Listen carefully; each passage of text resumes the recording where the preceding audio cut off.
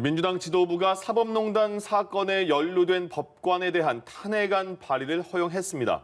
탄핵이 현실화가 된다면 헌정사상 첫 번째 법관 탄핵이 이루어지는 겁니다. 한편 정의당은 장혜영 의원을 성추행한 김종철 전 대표를 제명했는데요. 관련 내용을 포함한 정치권 이슈들 최창렬 용인대 통일대학원장, 김영준 명지대 교수와 함께 짚어보도록 하겠습니다. 두 분 어서 오십시오. 안녕하십니까. 임성근 부산고급 부장판사에 대한 탄핵 소추를 지금 하려고 하는데 이 부장판사가 박근혜 전 대통령의 세월호 7시간 의혹을 제기했다가 명예훼손 혐의로 기소된 산케이신문, 일본 산케이신문 기자의 재판, 판결에 개입한 의혹을 받고 1심에서는 무죄가 일단 나온 상황입니다. 근데 민주당은 지금 상황에서 전체적으로 이거를 탄핵을 추진하자 이런 이유가 뭘까요? 그 1심에서 무죄 나왔고 이제 항소심이 이제 진행 중인데 예.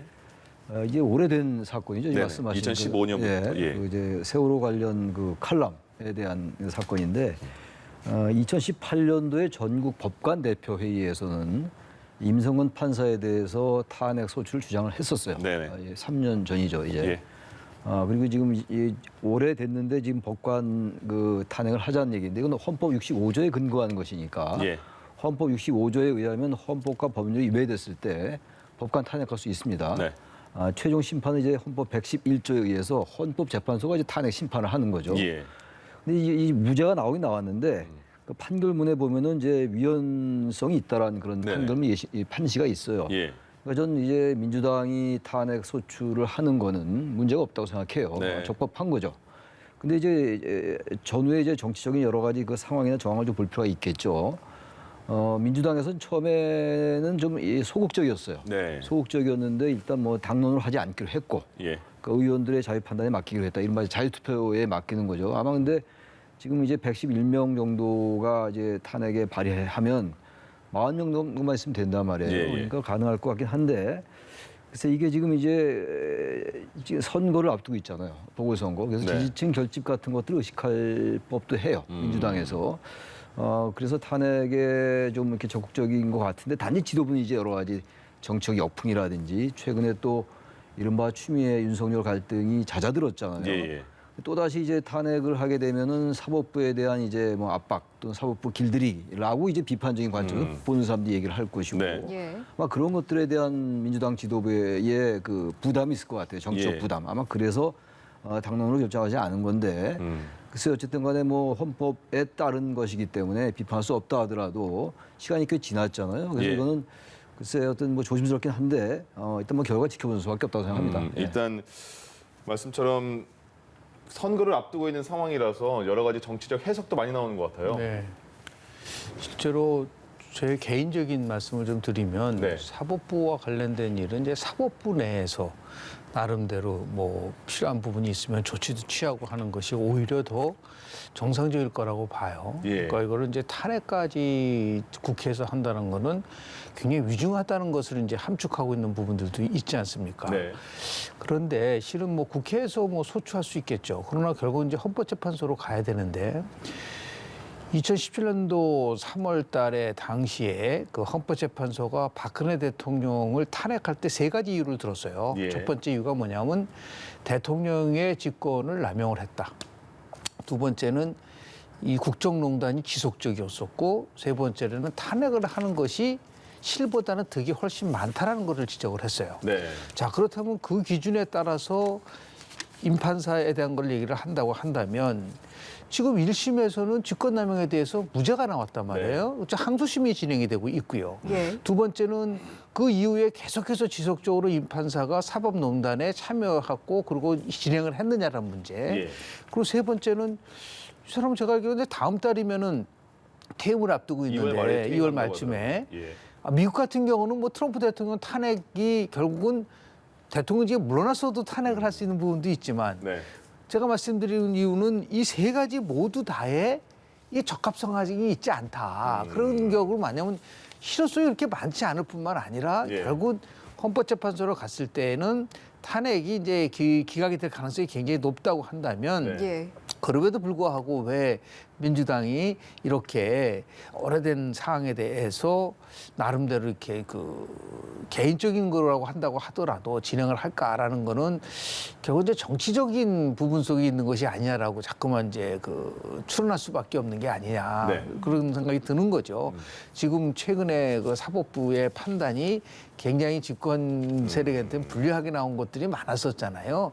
그런 데 대한 혹시 뭐 죄갈 물리기 아닌가, 사법부 길들이기 아니냐라고 의심받을 수 있는 정황이에요. 예. 그렇기 때문에 제가 볼 때는 이렇게 이 상황 속에서 사법농단 판사에 대해서 탄핵 소추하는 것이 과연 정치적으로 이득이 될까라는 데 대해서는 조금 저는 회의적인 생각을 좀 갖고 있습니다. 네, 일단 2월에 임시국회 시작하면 바로 올려서 72시간 이내에 처리한다고 하니까 그때는 일단 두 분 말씀처럼 기다려 봐야겠습니다. 네. 국민의힘의 반응은 어떻게 보시는지 궁금한데 일단 개별 의원들을 중심으로는 정치 공세가 아니냐 이런 비판의 목소리가 나오고 있는데 당 차원에서는 공식적인 목소리는 내지 않고 있거든요. 일단은 뭐 이제 신중한 대응이겠죠. 왜냐하면 적폐청산이라는 게 현 정부가 들어와서 2017년서부터 한 2년 동안 굉장히 광범위하게 진행이 됐었고 실은 이제 적폐청산이라는 것이 현재의 국민의힘한테는 굉장한 아킬레스건뿐만 아니라 앞으로 이제 선거를 앞두고도 재보궐선거를 앞두고도 굉장히 불리한 요소가 될 수 있는데 예. 이거를 계속해서 이제 반대를 하게 되면 아 국민의힘은 역시 적폐 세력이구나라는 것을 다시 한번 각인시켜주는 그런 효과를 가져올 수도 있다라고 하는 것에 대해서 국민의힘 지도부가 민주당의 이제 의도를 그렇게 해석을 하고 있는 것은 아닌가. 그러니까 이럴 경우는 차라리 그냥 무대응으로 예. 그냥 그 처리를 하고 결국 판단은 이제 국민들이 이제 판단하는 그런 것이 오히려 더 큰 전략적 측면에서 좋다고 판단하고 있는 것 같은 그런 의미에서 신중한 대응을 하고 있는 것이 아닌가라는 생각을 좀 합니다. 이게 탄핵이라는 게 네. 대단히 정치적인 성격이 강하거든요. 예. 일단 1심에서 무죄 나왔지만 이것과는 별개의 문제예요. 탄핵 소추는. 최종 판단 뭐 헌재에서 하는 거지만 아주 원론적으로 보면요. 이 임성근 판사가 재판에 개입했거든요. 네. 탄핵하는 게 맞는 거죠. 근데 워낙 이제 워낙 오래된 건 아니고 워낙 정도는 아니라 하더라도 제법 시간이 지났고 또 민생이라든지 방역 이런 경제 이런 게 굉장히 중요하잖아요. 근데 이게 만약에 또 탄핵이 의결되고 그러면 또 여야 간에 또 정치적 쟁점화할 가능성이 높다는 거예요. 그래서 예. 또 여러 가지 그래서 이 자리에서도 정치적인 여러 가지 정황을 얘기합니다만 사실은 판사가 판결에 개입하는 건 안 되는 거죠. 네네. 원래는 탄핵하는 게 맞는 거라고 생각합니다만 여러 가지 고려를 해볼 때 여러 그 이유를 얘기를 한 거죠. 예. 그래서 아마 국민의힘에서도 좀 조심스럽게 접근하는 것이 아니냐 이렇게 생각합니다. 알겠습니다. 1심 선고 간략하게 정리해드리면 일단 직권남용죄는 물을 수 없다고 판단을 했는데 이후에 재판 관여 행위를 한 건 맞고 그리고 위헌적 행위는 맞다. 이렇게 1심 판결문엔 나와 있습니다. 예. 다음은요. 어제 공수처가 설립되는 근거 헌재가 이거를 타당하다 이렇게 인정을 했습니다. 네. 그동안 그때 미래한국당 시절인 거예요. 그때 이게 판단을 해주십시오 이렇게 했는데 헌재 결정이 일단 났어요. 그러면 공수처 출범에 대해서는 그 일단 타당성은 확보가 됐네요. 그 헌법소원에서 이제 위헌 판결이 안 났으니까 네. 이제 뭐 직무 이제 뭐 일단 여러 가지 할 일이 많이 있잖아요. 차장은 결정이 됐고 아직 예. 임명은 안 예, 됐습니다만. 예. 제청은 제청이 하려고요. 됐는데 뭐 예. 거기에 대한 또 논란도 또 있긴 있더라고요. 네. 또 검사들 23명 임명해야 되는 것이고 이제 뭐 제 교도에 들어가는 거죠. 예, 예. 이번에 이제 그 합헌이 나왔는데 세 가지였어요. 권력 분립, 네. 그다음에 이제 평등권의 문제, 영장주의의 문제 이런 거였거든요. 권력 분립의 문제는 이건 권력 분립을 침해한다라는 거였어요. 헌법소원의 이유가. 네네. 그러나 지금 헌재의 생각은 그렇지 않다. 행정기관, 중앙 국가기관에 어떤 속한 것이기 때문에 권력 분립을 침해하지 않는다. 예. 또 하나는 국회의 그 견제를 받을 수 있는 구조이기 때문에 이건 문제가 없다라고 판시를 한 것이고 네. 평등권도 마찬가지예요. 영장주의도 그렇고 영장주의 같은 경우도 검찰청법에 의하면 검사만이 영장을 청구할 수 있는데 네. 기소할 수 있고 그런데 이건 국가기관에 검사가 할 수 있다라고 해석했기 때문에 문제가 없다. 네. 이제 합헌도 되는데 문제는 이겁니다 지금. 이첩하는 문제. 예, 예. 그러니까 수사처 이외의 수사기관이 수사 중인 사건을 이첩을 요구할 때 이첩해야 되는 것. 이것에 대해서는 각하했어요. 예. 판단하지 않았다라는 얘기거든요. 그러니까 이 부분은 이제 아직 이제 본안 판단을 안 한 거예요. 합헌이다 위헌이다는 판단을 안 한 거란 네네. 말이에요. 근데 지금 가장 예민하게 보고 들여다보고 있는 게 수사권 이첩을 요구하는 게 과연 맞는 것인가의 문제인데 여기다 판단을 안 했다는 거예요. 예. 지금 이제 현재가. 이거는 나중에라도 또다시 헌법 소원이 제기될 가능성이 있다. 그럼에도 불구하고 몇 가지 사안들에 대해서 민감한 사안들에 대해서 일단 위헌 판결이 안 났기 때문에 예. 공수처에 대한 여러 가지 그 법률적인 논란, 위헌 논란 이런 것들은 일단 해소가 됐다고 생각합니다. 예. 국민의힘은 바로 이게 헌재 결정에 대해서 정치적인 결정이다 이렇게 말을 하던데요. 저는 이제 헌법재판소라는 게 이제 최고 재판소잖아요. 우리가 예. 88년도에 이제 87년도 우리 헌법을 제국하면서 육공화국 때 이제 만들어진 거고 미국 같은 경우는 헌법재판소가 없지 않습니까? 네. 대법원에서 판결을 하는데 이거는 독일 제도를 우리가 이제 그 수용을 한 부분이라고 말씀을 좀 드리는데요. 예. 그래서 저는 뭐 저희가 이 상황에 대해서 지금 법적적 지식도 없고 전문성이 없기 때문에 이렇다 저렇다라고 판단하는 것에 대해서는 저는 뭐 그건 나름대로 좀 한계가 있다고 좀 네. 보지만 두 가지 면에서는 꼭 지적을 좀 하고 싶어요. 예. 첫 번째는 너무 이 판결이 늦다라는 거죠. 그러니까 지금 벌써 공수처법과 관련된 거는 얼마나 많은 나름대로의 정치적인 논쟁이 있었고 위헌 소송을 냈는데도 이렇게 지루하게 있다가 결국은 공수처가 다 거의 출범되고 처장도 만들어진 상태에서 이제 위헌 판결이 아니다라고 얘기를 하니까 저는 오히려 이거를 훨씬 이전에 했었어야 된다고 저는 보는 예. 그런 아쉬움이 분명히 저는 남아 있다고 좀 보고요. 네. 두 번째는 지금 뭐 우리 최 교수님 정확하게 지적을 하셨지만은 가장 예민한 부분에 대해서는 만약에 이걸 안 했다는 얘기는 그건 좀 이해가 안 가는 거죠. 오히려 그 부분에 대해서 명쾌하게 헌법재판소가 판결을 내려줘야지만이 헌법재판소로서의 고유한 기능을 우리가 나름대로 받아들이는 건데 예민한 거는 쫙 빼놓고 한다고 한다면은 그럴 수 있을까라고 하는 이 두 가지 면에서 저는 좀 지적을 좀 하고 싶은 부분들이 분명히 있습니다. 예. 그래서 앞으로 이 문제는 또다시 그럼 헌법소원을 낼 수밖에 없어요. 그렇지 않겠습니까? 이첩을 하라고 하면은 이거는 또 헌법적으로 즉 헌법재판소도 이 문제에 대해서 판결하지 않았다라고 하는 왜 불씨를 남겨놨는지에 대해서 조금 아쉬운 점도 있다라는 생각이 좀 들고요. 앞으로 저는 그래서 헌법재판소가 향후에 운영되는 과정을 보면은 국민들의 관심도 크고 예. 굉장히 정치로 민감한 사항에 대해서는 저는 즉각적으로 이 부분에 대해서 저는 판결을 좀 내려줬으면 좋을 것 같아요. 네. 그래야지 혼돈이 지금 많이 줄어들 거 아니겠습니까? 예를 들어서 패스트 트랙과 관련돼서 국회 선진화법과 관련된 것도 그런 헌법재판소가 판결을 내렸지 않습니까? 예. 김영란법도 마찬가지고요. 이런 식으로 많은 부분 속에서 헌법재판소에 대한 위상이라는 걸 지키기 위해서라도 그 두 가지는 저는 염두에 두고 신속 그리고 정확하게 판단을 내리는 것이 좀 필요하지 않을까라는 생각을 좀 합니다. 예. 공수처 처장뿐만 아니라 차장에 대한 관심도 그때 인사청문회에서도 많이 질문이 나왔잖아요. 근데 한 명을 김진욱 공수처장이 정했습니다. 판사 출신의 여운국 변호사인데 일단 김진욱 처장은 판사 출신, 검사 출신 같이 생각을 했는데 마지막에 그냥 단일 후보로 제청하겠다 이렇게 결정을 했어요. 근데 여기에 대한 얘기도 나오더라고요. 어떻게 다 그러면 판사 출신의 처장과 차장이냐 어떻게 보세요? 우선 이제 복수 제청하지 않은 건 잘한 것 같아요. 네. 복수 제청하면은 결국 대통령이 결정하는 건데 예. 지금 공수처장, 공수처 법에 따르면은 공수처장이 결정을 하는 거거든요. 네. 제청하면 대통령이 임명하는 거란 말이죠. 그래서 이 판단은 김진욱 처장이 잘한 것 같고 다시 말하면 이제 공수처가 너무 이제 그 여권의 뜻에 따라 움직일 수 있다라는 그런 우려를 좀 부식한 면이 있는 거죠. 단수 예. 추천한 건, 단수 제청한 건 전 뭐 긍정적으로 보고. 네. 그다음에 이제 이 변호사 이제 차장이 이제 판사 출신이라는 거, 예. 판사 출신 변호사라는 거. 대체로 이제 김진욱 처장이 판사 출신이기 때문에 예. 아마 수사를 좀 보완하기 위해서 수사 경험이 별로 없기 때문에 수사 보완을 위해서는 차장은 아마 검사 출신이 되지 않겠느냐라는 그런 이제 전망도 있었고 그렇지 않은 전망도 있긴 있었어요. 네. 여전히 판사 출신을 기용할 거다라고 했는데 판사 출신이 이제 제청이 될 텐데 예. 지금 또 언론 보도가 아니라 뭐 팩트에 의하면 우병우 전 수석을 변호했었거든요. 국정농단 사건 때요. 예. 그렇다면 이거는 지금 현 정부가 쭉 추진해왔던 이른바 적폐수사라든지 이런 것까지 맞지 않는 거예요. 공수처가 어쨌든 그런 검찰개혁이라든지 전반적인 개혁의 연장선상에서 이게 그 많은 진통에도 불구하고 출범하고 있는 건데 네. 공수처가 여 변호사가 만약에 그런 그것을 과연 어떻게 설명할 수 있을 것인지에 대한 논란이 있는 것 같아요. 예.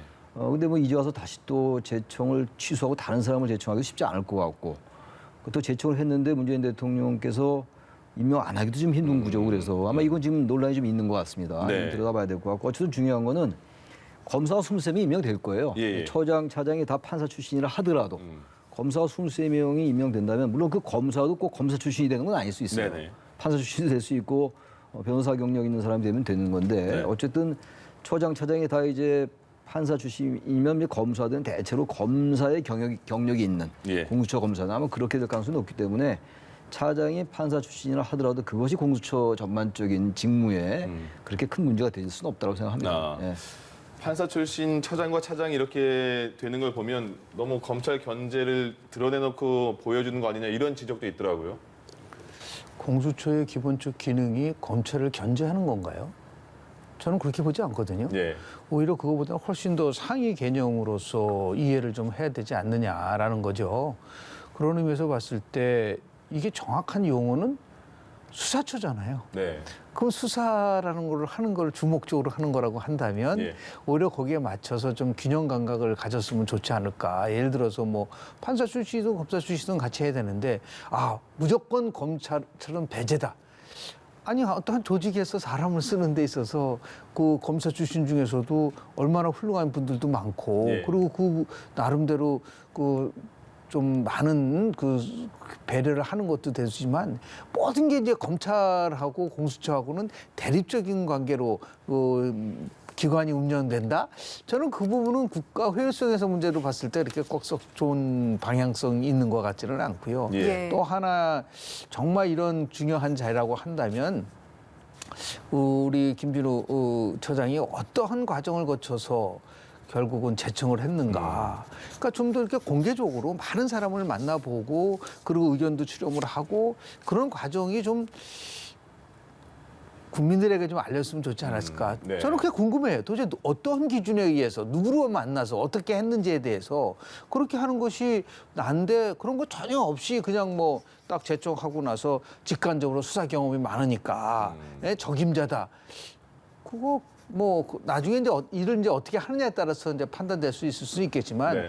결국은 인사가 만사다라는 부분들이 많지 않습니까? 특히 예. 이제 차장 같은 경우는 청문회를 거치는 것도 아니고 바로 임명이 되면 일을 하는 거기 때문에 더욱더 굉장히 중요한 위치에 있는 분들이 있기 때문에 다만 여기서 저는 이제 또 다시 발가불가할 수 있는 그런 입장은 저는 아니라고 봅니다. 네. 결국은 공수처가 어떻게 일을 하느냐에 따라서 국민들의 평가를 받을 것이고 네. 정말 가장 중요한 것은 정치적인 중립성을 최대한도로 유지를 하고 국민들에게 그 약속을 지켜나가는 그런 모습을 보이는 더 나아가서 지금 헌법재판소도 지금 사건 이첩에 관련돼서는 굉장히 그 신중한 자세를 쥐어도록 한다면 네. 공수처도 그 부분에 대해서는 굉장히 신중해야 된다. 이 부분을 어떻게 국민들에게 바라볼 거냐는 문제 하나 하고 두 번째는 공수처 도대체 1호 사건이 뭘까에 대해서는 여러 지금 정치권에서 얘기가 나오잖아요. 예. 이것을 어떻게 정말 국민들이 납득할 만한 그러한 그 행보를 보이느냐가 중요한 척도가 될 것이지 네. 뭐 지금 뭐 차장을 누구로 했느냐 안 했느냐 그런 거보다는 좀 일로 좀 승부를 좀 했으면 좋겠다는 말씀 좀 드리고 싶습니다. 알겠습니다. 네, 알겠습니다. 공수처 관련 이야기 여기서 마무리를 짓고요. 정의당과 관련된 내용 짚어보도록 하겠습니다. 장혜영 의원을 성추행한 김종철 전 대표 결국 제명이 됐는데 앞으로 정의당의 미래 좀 어떤 방향으로 갈 거라고 보십니까? 좀 어떤 면에서 충격적이고 네. 다 참담하고 실제로 다른 어떤 정당보다도 진보와 인권 그리고 성평등에 대해서 가장 목소리를 많이 냈었잖아요. 그런 의미에서 봤을 때 정의당에서 그런 일이 일어났다는 것에 대해서 상당히 좀 충격적인데 다만 개인의 문제와 정당의 문제는 좀 분리해야 되지 않느냐는 생각을 좀 저는 합니다. 일이 발생됐을 때 정의당이 보여준 나름대로의 조치는 굉장히 나름대로 적절했다고 저는 봐요. 예. 가장 큰 거는 피해자 중심 원칙을 지켰고요. 예. 그러니까 굉장히 비공개로 하고 두 번째는 굉장히 즉각적이고 신속하게 일을 처리했다. 예. 그러니까 다시 얘기해서 정의당은 철저하게 피해자 측에서 이 부분을 처리하려고 했었던 모습을 보였다는 것에 대해서 저는 그나마 그래도 정의당을 좀 믿고 싶은데요. 이거는 그 박원순 시장 송치행 사건이 났을 때 민주당이 보여준 거와는 전 180도 다릅니다. 다른 말씀을 드리면 지금 이제 최근에 와서 민주당이 6개월 만에 그 부분에 대해서 뭐 사과도 한다고 했지만은 그때는 가해자 편에 서서 피해자에게 나름대로 압박하는 모습을 보였었던 민주당과 비교를 해보면은 나름대로 정의당은 그 부분 속에서는 조금 우리가 평가받을 만하지 않겠는가 생각이 좀 들고요. 예. 이게 이제 나름대로 정의당의 이제 젊은 우리 그 의원들도 많고 아마도 정의당이 변화되는 과정 속에서 나오는 부분이라고 보고 있기 때문에 더욱더 이걸 계기로 해서 좀 더 발전할 수 있는 나름대로 이걸 통해서 뭐 정의당을 뭐 해체한다든지 뭐 이런 거는 아닌 것 같고요. 더욱더 책임지는 모습. 그런 의미에서 보면 정의당이 이번 4월 재보궐선거에 공천하지 않겠다라는 입장을 저는 좀 관철시켰으면 좋을 것 같아요. 그것이 오히려 진정하게 책임지는 모습을 보이고 그것이 바로 민주당도 당신도 책임지는 행동을 해라고 하는 이런 것을 보여줄 수 있기 때문에 단순하게 지금 김종철 전 대표와 개인에 관련된 문제를 넘어서서 어떠한 현안이 있었을 때 그 공당이 어떠한 모습을 보여주느냐라는 것도 굉장히 중요한 함축적인 갖고 있는 것이 아닌가 예. 생각을 합니다. 예. 충격적인 사안에 이어서 일단 정의당의 빠른 사과와 대처는 그 평가를 해주셨습니다. 근데 이어지는 게 정말 지금 그 보궐선거 때문에 정의당이 서울시장 후보를 단독으로 낸다고 말한 상황에서 이런 사건이 터졌잖아요. 어떻게 보세요? 저는 정의당이 이번에 후보 안 내는 게 좋을 것 같아요. 왜 그러냐면 지금 정의당이 이번 사안에서 기존 이른바 거대 정당들과는 분명한 차별성을 보였거든요. 네. 하고 국민의힘도 뭐 이런 성추행 이런 것들에서 완전히 자유롭기가 어려운 정당인 게 사실이고 예. 민주당이야 뭐 이번에 서울시장, 부산시장 보궐선거가 어쨌든 귀책사유가 민주당에 있는 거 분명한 것이고. 네. 근데 어쨌든 그런 그 거대 정당들이 취했던 것보다는 이번에 아주 그 빠르게 그리고 가해자도 금방 인정을 했고 예. 제명까지 했어요. 네. 제명을 할지 안 할지가 이제 관심이었는데 제명까지 했더라고요. 그러니까 피해자가 피해를 주장하면서 가해자가 바로 인정하고 사과했고 그리고 거기에 대해서 진상조사하고 바로 발표했고 예. 그러나 그것도 어떤 구체적인 사안을 얘기하지 않았어요. 만약에 구체적으로 얘기하면 또 여러 가지 또 호사가들의 입에 오르내리고 이러면서 오히려 2차 가해가 될 수가 있다는 이런 네. 판단을 했던 거거든요. 그리고 이제 김종철 전 대표입니다만 책임 인정했고 근데 어떤 징계가 내려질까 징계 조사에 착수를 빨리 했는데 제명까지 내렸단 말이에요. 예. 이건 정말 진정성 있게 사과하고 반성하는 게 눈에 보이는 거거든요. 성찰이 보이는 거죠. 네. 그렇다면은 글쎄요, 뭐 정당 차원에서 바로 이런 문제 때문에 아예 후보를 내지 말아야 되냐라는 논란이 있을 수가 있습니다만 정말 이 부분에 대해서 상징적으로도 그렇고 우리 사회에 어쨌든 간에 권력형 이러한 그 성추행이 존재하고 있는 거거든요. 위계적인 거 이런 거. 예.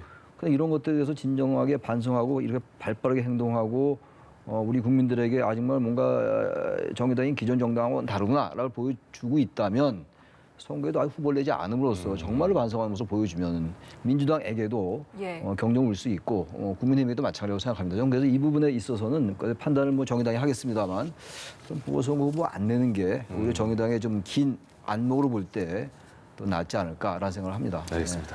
마지막으로 꼭 한번 지적을 하고 싶은 거는 네. 장혜영 의원이 입장문에서 반드시 우리가 알아야 될 부분은 피해자담이라는 것은 결코 없다. 피해자담은 없다. 피해자담은 없습니다. 왜 피해를 당한 사람이 오히려 더 숨기고 그것에 대해서 더 고통을 받는 그래서 저는 민주당이 지난번에 처한 그 여러 가지 행태는 지극히 잘못된 거다. 예. 피해자를 피해 호소인으로 얘기를 한다든지 뭐 정말 엄청난 가해를 했지 않습니까? 이런 부분에 대해서 지금이라도 물론 이제 이낙연 대표가 그 부분에 대해서 나름대로 사과를 했지만 저는 사과의 정도가 너무 약한 것 같아요. 결코 피해자다움이란 없다는 것을 다시 한번 그 장혜영 의원이 얘기한 것에 대한 그리고 장혜영 의원이 그 보여준 용기에 대해서 예. 저는 나름대로 응원을 좀 하고 싶다는 말씀을 좀 드리고 싶습니다. 예. 조수진 의원이 이제 고민정 의원에 대해서 후궁 발언이 논란이 됐고 일단 사과까지는 했습니다. 어떻게 보셨어요? 저는요 그 발언 들을 때 정말 뭐 그 우리 정치권의 그 이른바 막말이 뭐 한두 개가 아니기 때문에 이번에 진짜 놀랐어요. 어떻게 그런 말이 가능할까? 저는 그거는 생각해내기도 어려울 것 같아요. 조순영 의원이 기자 출신이거든요. 언론 네. 출신이거든요. 예. 이러한 발언이 어떠한 파장을 일으킬까를 생각하지 못했다고 보기가 어렵다고 저는 생각합니다.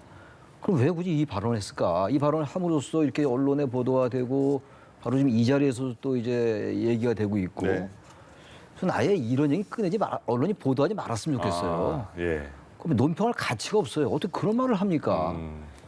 조선시대에 살았어도 그런 말하기 어려웠을 거야 아마. 저는 그래서 이거는 의원직 사퇴해야 될 것 같아요. 자꾸만 이렇게 넘어가고 이러니까 의원들이 자꾸만 재미를 붙이는 거예요. 또 얘기하고 또 막 얘기 나면서 인지도가 올라가고 그럼 또 언론에서 보도하고 주고 그럼 이렇게. 유명해지고 그럼 다 잊혀지고 그 사람 우리 유권자들 머릿속에는 이미지가 남는 거예요. 썩 좋은 이미지는 아니라 하더라도 조수진 의원 생각이 난다 이게. 그러니까 정치인들은 어쨌든 과거에 YS가 한 얘기가 있지 않습니까? 김영삼 전 대통령이 부고 빼놓고 매일 신문에 나오는 게 좋다는 얘기가 네. 유명한 얘기예요. 이게. 예. 이런 얘기 아예 내주지 말아야 돼요. 어떻게 이런 말을 합니까? 모든 일이 다 사과하면 끝납니까? 물론 고민정 의원도 그 오세훈 전 시장에 대해서 굳이 그런 말 할 필요 없어요. 네. 물론 근데 그걸 뭐라고 할 수 없어요. 그건 고민정 의원의 개인의 그야말로 생각이기 때문에 광진에 대해서 선택 못 받았다. 굳이 그렇게 남의 그런 흠집을 찍어낼 필요도 없는 것인데 그것과 지금 조순희 의원의 발언을 같은 차원에서 비교할 수는 없는 거거든요. 저는 그래서 이건 조순희 의원이 제가 사퇴를 해야 된다는 말은 좀 강력하게 잘못했다는 말을 이제 상식적으로 얘기하기 위해서 한 얘기인데 사퇴할 리도 없을 것이고 네네. 이건 정말 윤리위를 통해서라도 너무나 이런 일이 비일비재하기 때문에 정치인은 국민들의 평균 이어야 한다면 평균보다 떨어지잖아요. 우리 시민들이 그런 말 합니까? 예. 안 하잖아요. 이건 정말로 책임을 통감하고 그냥 사과로 끝날 문제는 아닌데 글쎄 모르겠어요. 사퇴는 안 할 것 같기 때문에 또다시 비판하고 넘어가면 또다시 이런 일이 재발되지 않기만 바랄 뿐입니다. 예.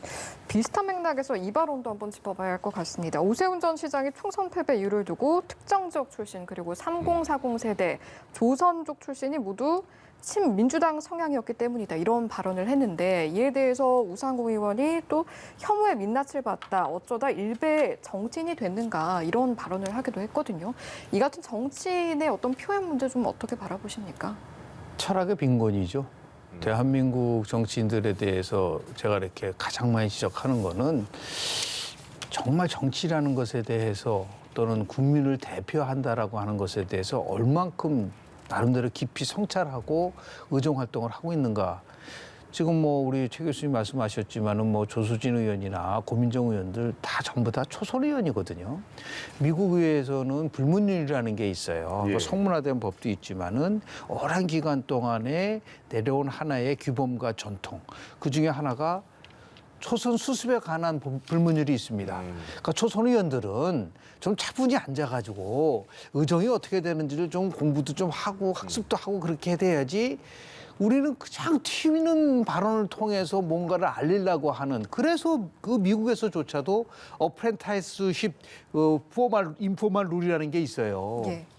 좀 자제할 필요가 있다. 그리고 두 번째는 막말에 관련돼서 반복적으로 나올 때 그것을 제재하고 처벌할 수 있는 장치가 상당히 부족하다. 미국의 의원들과 관해서요. 이 윤리와 관련된 그 에스닉 코드, 윤리 규범 코드가 있는데요. 예. 그게 한 430페이지 정도 됩니다. 아주 상세하게 나와 있어요. 이제 우리도 좀 윤리 규범을 좀 굉장히 좀 세분화시킬 필요가 있다. 저렇게 막말을 한다든지 다른 어떤 것에 우리가 듣기 거북한 것도 많지 않습니까? 이럴 때 어떠한 윤리의 규제를 통해서 나름대로 제재를 할 거예요. 우리는 지금 4개밖에 없어요. 그러니까 이걸 아주 세분화시킬 필요가 있지 않을까라는 생각이 좀 들고 예. 국회 윤리위를 지금 그냥 별도로 윤리위가 돼 있지만은 항상 강조를 하지만 이거를 아주 굉장히 독립적인 기구로 만들어서 의원들이 여야 할 것 없이 하여튼 국민들을 피곤하게 만들고 국민들을 짜증나게 만들고 말도 안 되는 말을 하면은 제재를 할 수 있는 것을 아주 굉장히 촘촘하게 제도할 필요가 있지 않을까 생각이 좀 들고요. 예. 지금 여당한테는 똑같은 말을 합니다. 자기 당 소속 의원이 막말할 때 어떤 행동을 했는가. 국민의힘도 마찬가지예요. 여당 의원이 막말할 때는 막 비판을 하지만 그런 의미에서 좀 균형 감각을 좀 갖고 그리고 무엇이 정치인지에 대해서 좀 철학적 사고를 좀 했으면 좋겠다라는 말씀을 좀 드리고 싶습니다. 알겠습니다. 두 분이 정치인의 막말에 대해서 날카롭게 또 시원하게 비판을 해주셨습니다. 자, 지금까지 최창렬 용인대 통일대학원장 김형준 명지대 교수 두 분과 함께했습니다. 고맙습니다. 고맙습니다. 고맙습니다.